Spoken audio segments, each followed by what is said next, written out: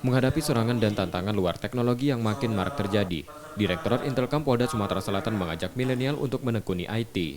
Direktur Intelkam Polda Sumsel, Kombes Ratno Kuncoro mengatakan, dari data intelijen, beberapa perusahaan negara dan swasta telah dibobol hacker luar negeri dan mengalami kerugian besar.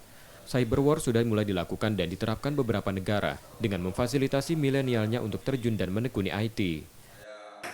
Saya banyak mendapat informasi dari partner intelijen negara sahabat dan memang serangan cyber sudah banyak berlangsung. Ada namanya APT, Advanced Persistent Threat, dari mulai seri 38, 41, 44, dan itu dilakukan oleh hacker-hacker yang dimodali oleh negara tersebut. Ada beberapa negara saya tidak bisa sebutkan, dan mereka cukup beroperasi di depan komputer mereka untuk mencari lubang keamanan di tempat kita. Dan kita tahu beberapa waktu yang lalu yang kita tahu WhatsApp, apalagi Instagram, Facebook tidak bisa diakses. Bisa saja itu serangan cyber.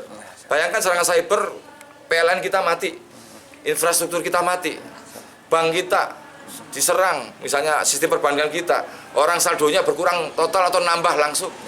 Nah, inilah pentingnya anak-anak muda kita, adik-adik kita ini untuk belajar IT, menjadi pejuang-pejuang cyber demi keutuhan bangsa kita, NKRI, dan ini saya yakin saya sangat optimis.